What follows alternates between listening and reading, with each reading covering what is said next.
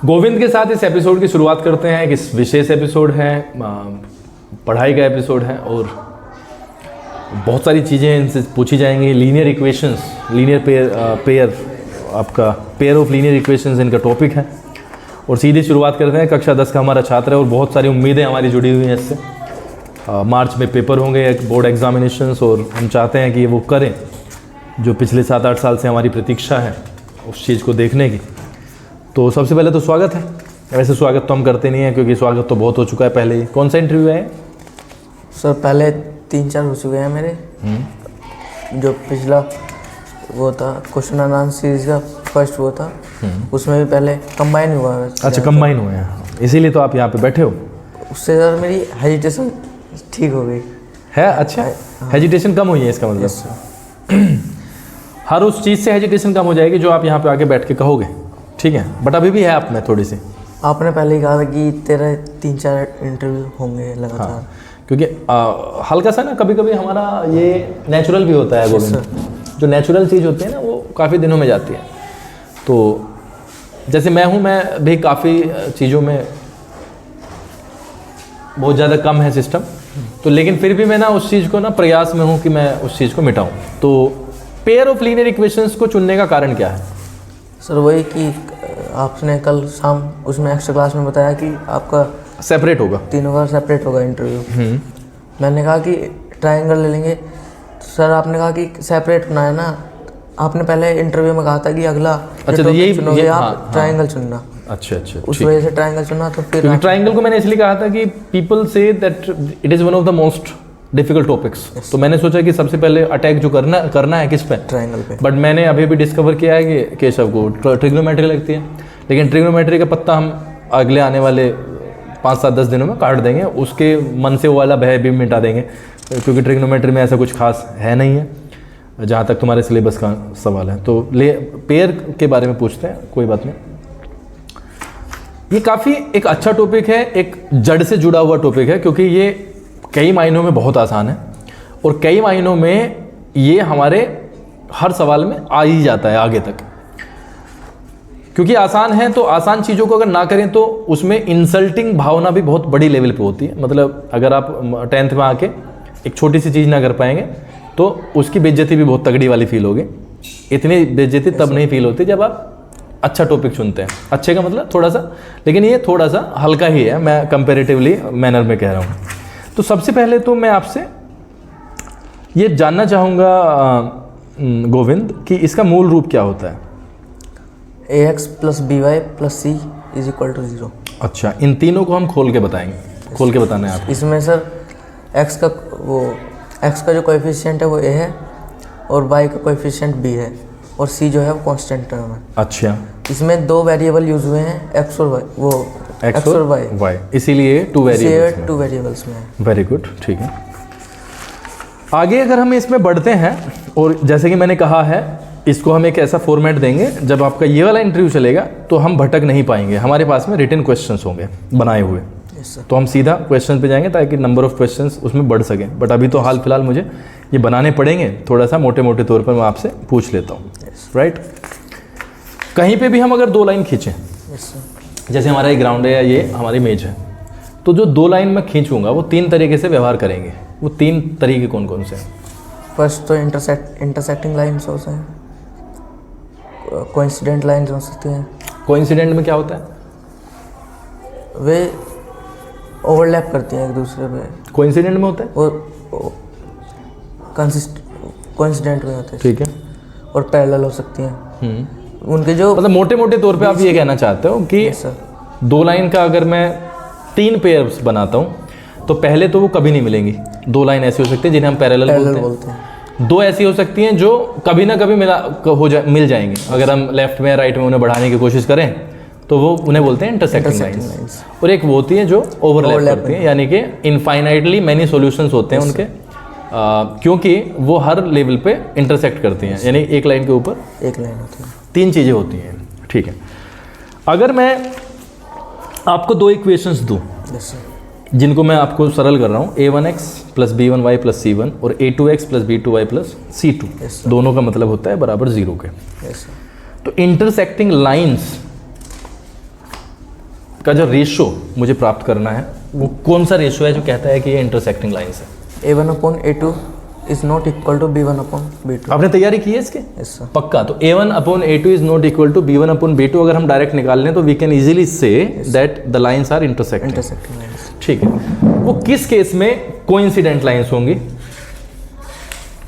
किस केस में वो लगातार ओवरलैप करेंगी?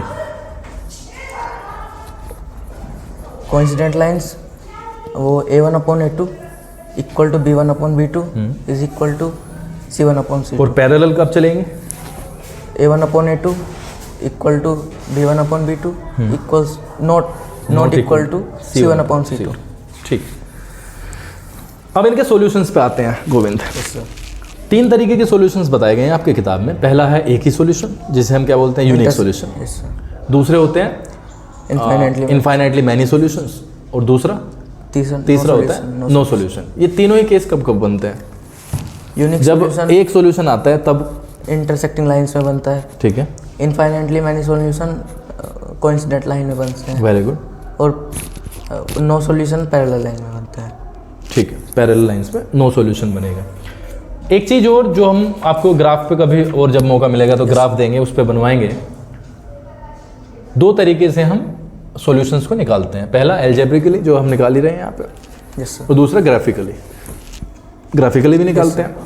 तो ग्राफिकली कैसे निकालते हैं? जब हम 2 लाइंस खींचते हैं तो कहीं पे वो इंटरसेक्ट कर जाती हैं, तो उसके हम कोऑर्डिनेट्स देख लेते हैं। गुड।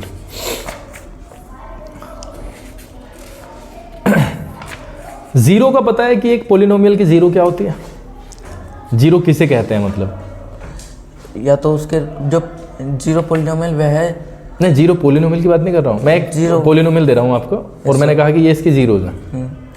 तो उसमें जो हम उस जीरो को पुट करेंगे तो वह पूरे वैल्यू को पुट करेंगे, उस वैल्यू को पुट करेंगे तो पूरे पोलिनोमियल को वह जीरो बना देंगे। हाँ, अब इसको सरल भाषा में आपको बिना घबराए कैसे कहना है? सर, जीरो एक वो वैल्यू होती है, अगर वेरिएबल की वो वैल्यू जो वेरिएबल उसमें पोलिनोमियल में अगर रख दी जाए तो उसके पूरे के पूरे वैल्यू को वो जीरो बना देती है। उसको हम रूट्स भी कहते हैं। रूट्स भी कहते हैं, सॉल्यूशन भी कहते हैं।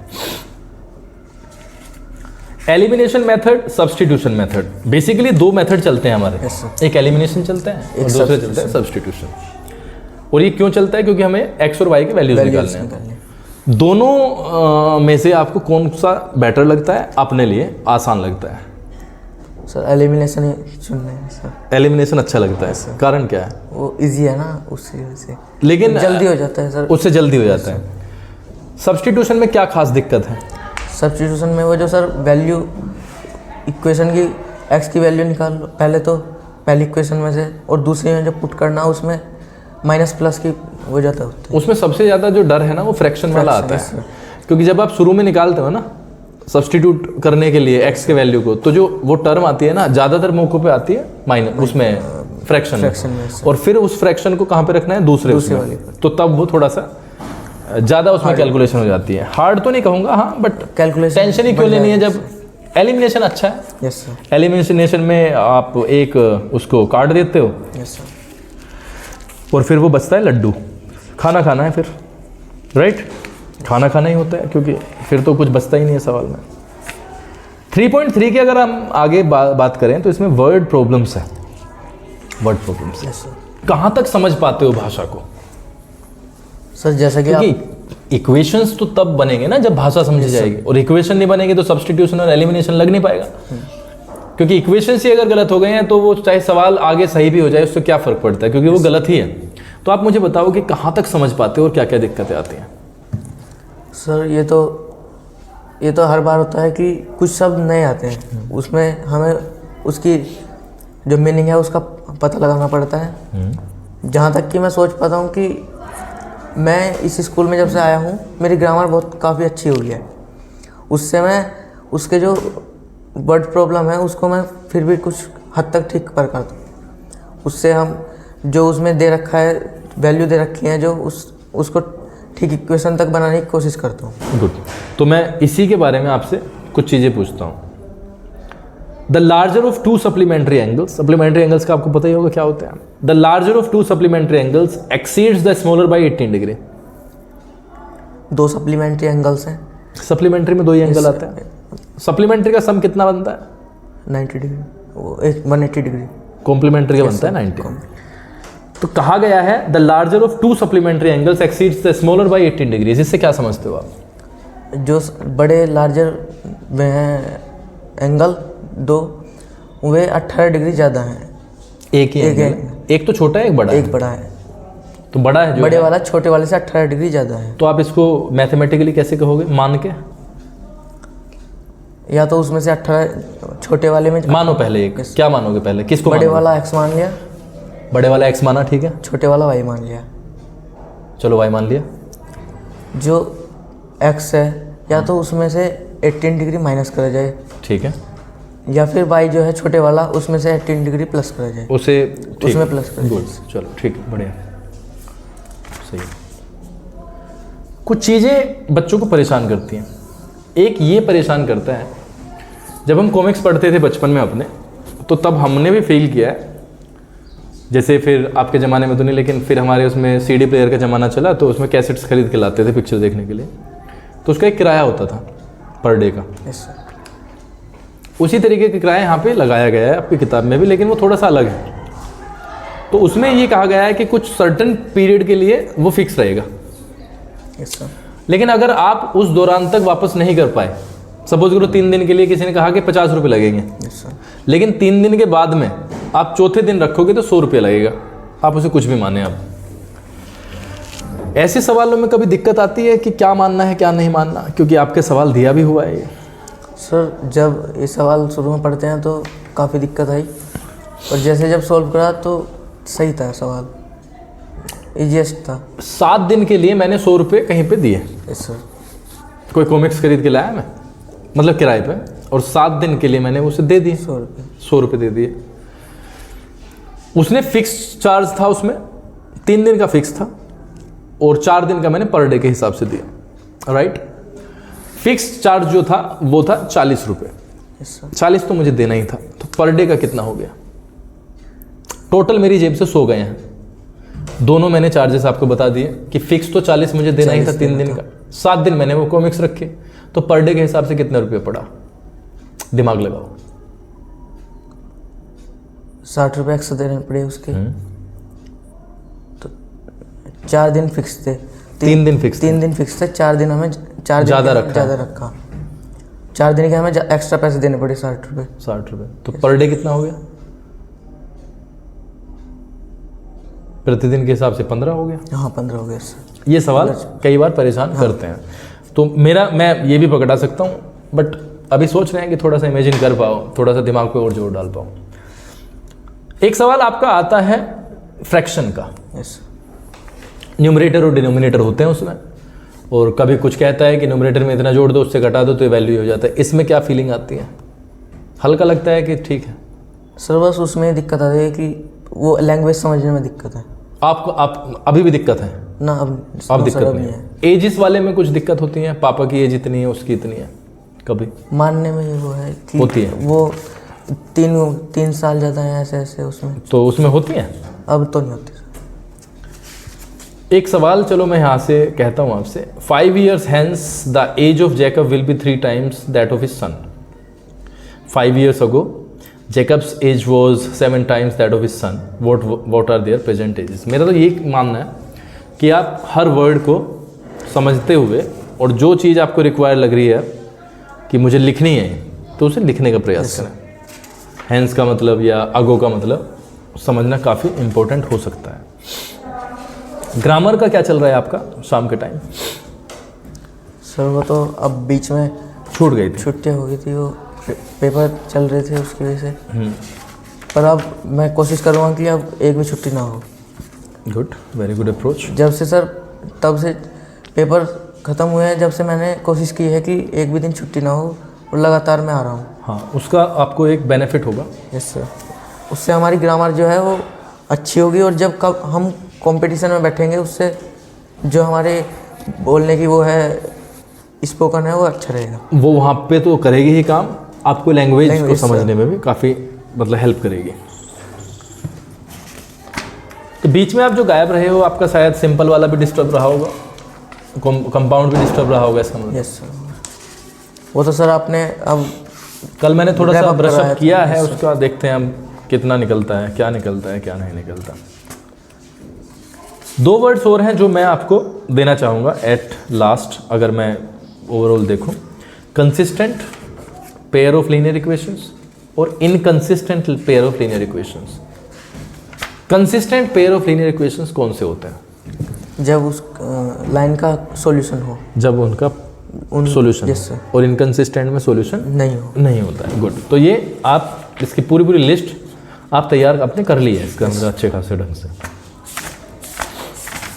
आपको टेंसेस में तो कोई दिक्कत नहीं है? 12 जो टेंसेस हैं उसमें तो कोई दिक्कत नहीं है? एक्टिव पैसिव नो सर नहीं है? डायरेक्ट एंड इनडायरेक्ट उसमें भी नहीं है? तो बेसिक जो दिक्कत है आपके सिंथेसिस के पहले पार्ट में है, यस सर, जिसको बोलते हैं सिंपल से सिंपल बनाना। कंपाउंड में मुझे पता है कि उसमें ज़्यादा फील आपको होगी नहीं, क्योंकि उसमें सिर्फ कनेक्टर्स का यूज़ है, जिसको आप कर लोगे। यस। क्या उम्मीदें लग रही हैं जो आप अभी कोशिश कर रहे हो अपनी तरफ से, क्या उम्मीदें लग रही हैं बोर्ड तक, कहाँ तक पहुँच पाओगे? अभी सर अच्छी खासी प्रैक्टिस कर रहा हूँ, पर उस तक नहीं पहुँच पाऊँगा जिससे मैं आप प्रैक्टिस कर रहा हूँ। मुझे इस प्रैक्टिस को और ज़्यादा बढ़ाना होगा। अच्छा, आपको अपने तरीके से फील हो रहा है कि वहाँ तक शायद ना पहुँच पाऊँ। कारण क्या है?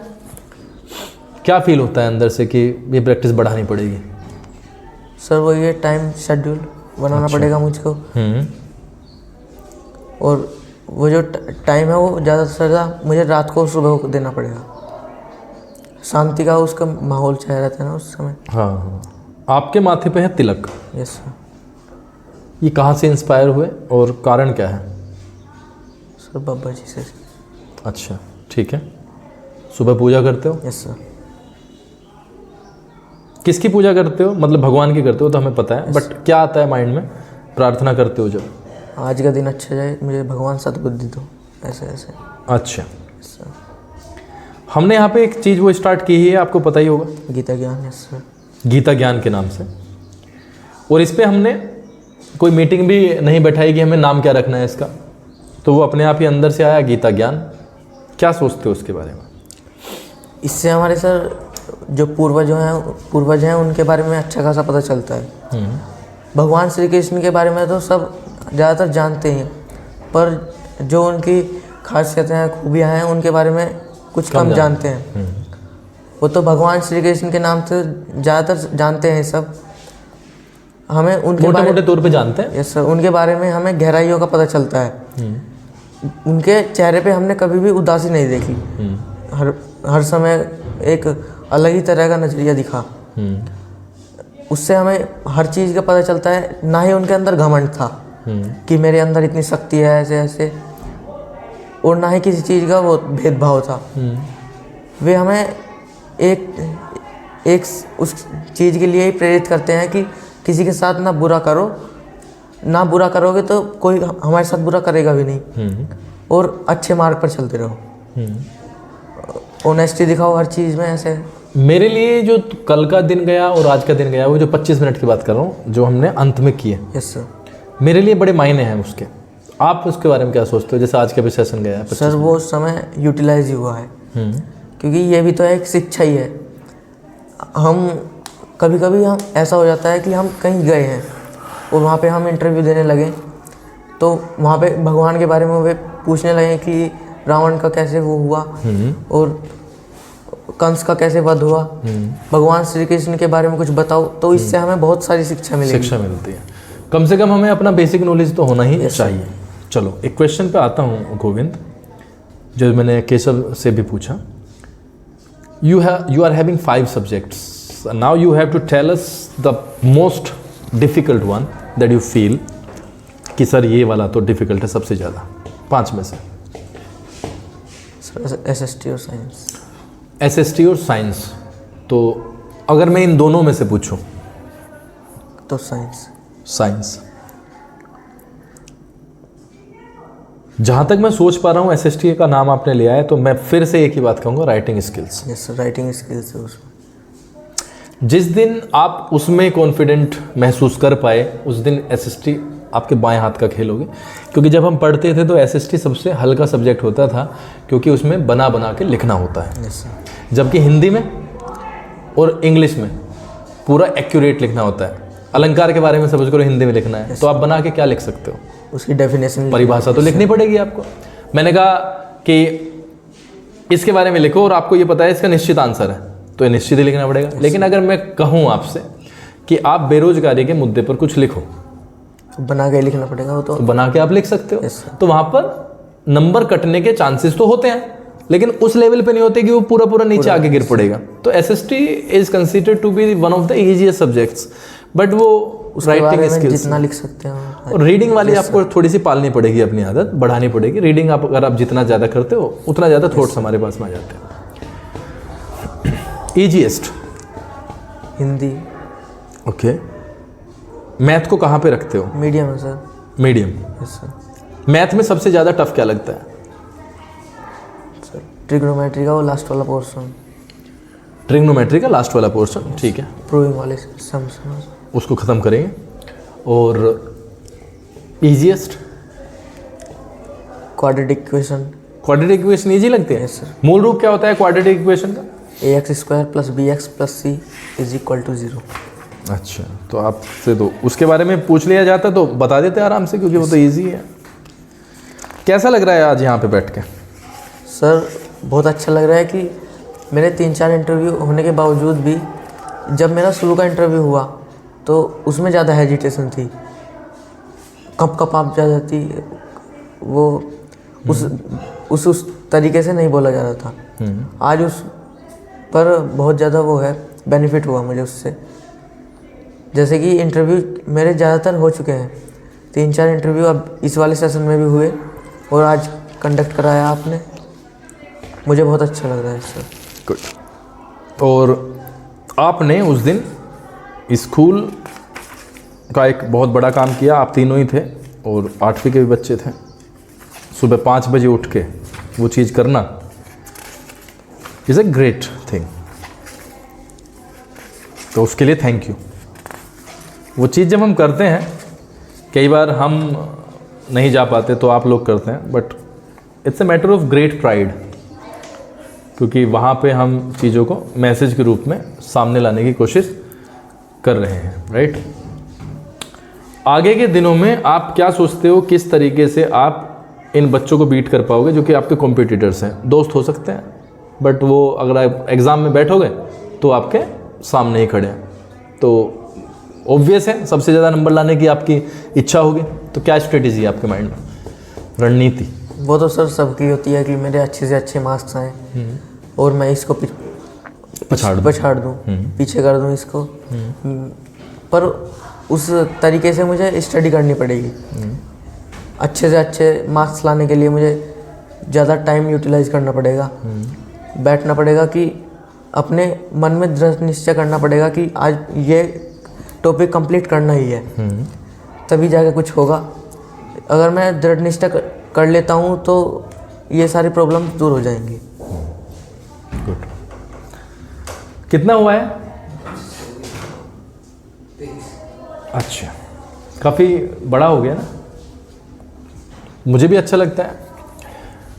पहले जब हम वीडियो बनाते थे थोड़ा सा आर्टिफिशियल सा मामला आता था, क्योंकि सोच के बनाते थे, स्वागत करते हैं और ये करते हैं वो करते हैं। बट धीरे धीरे इस प्लेटफॉर्म ने ये दिया है, आपके 55-60 जो एपिसोड हुए तो उसमें चीज़ें अपने अंदर से आ रही हैं। मुझे ऐसा लग रहा है कि अभी भी वो वाली चीज़ के आसपास भी नहीं है हम, लेकिन मुझे ये पूरा विश्वास है कि अगर हम निरंतरता अपनाएं तो हम उसके लेवल तक पहुंच जाएंगे। फिर हमें रटने की जरूरत नहीं है कि हमें क्या शुरू में बोलना है और क्या बाद में बोलना है। And this is the magic of practice, this is the magic of consistency. जो हम रेगुलरिटी दिखाते हैं, निरंतरता, वो उसका वो है। इसीलिए मैं आपको तीनों को सलाह देता हूँ कि make a time table and follow it. जैसे आप पूजा फॉलो करते हैं ना, ऐसे ही। Thank you so much for being connected. Please subscribe. कहना है आपको? आशा करता हूँ कि आपको ये हमारी वीडियो अच्छी लगी होगी। लाइक करें, शेयर करें और चैनल को सब्सक्राइब करना ना भूलें। ठीक है। Thank you for being connected and you touch the sky, you touch the peak and you be happy with your family and friends. Thank you.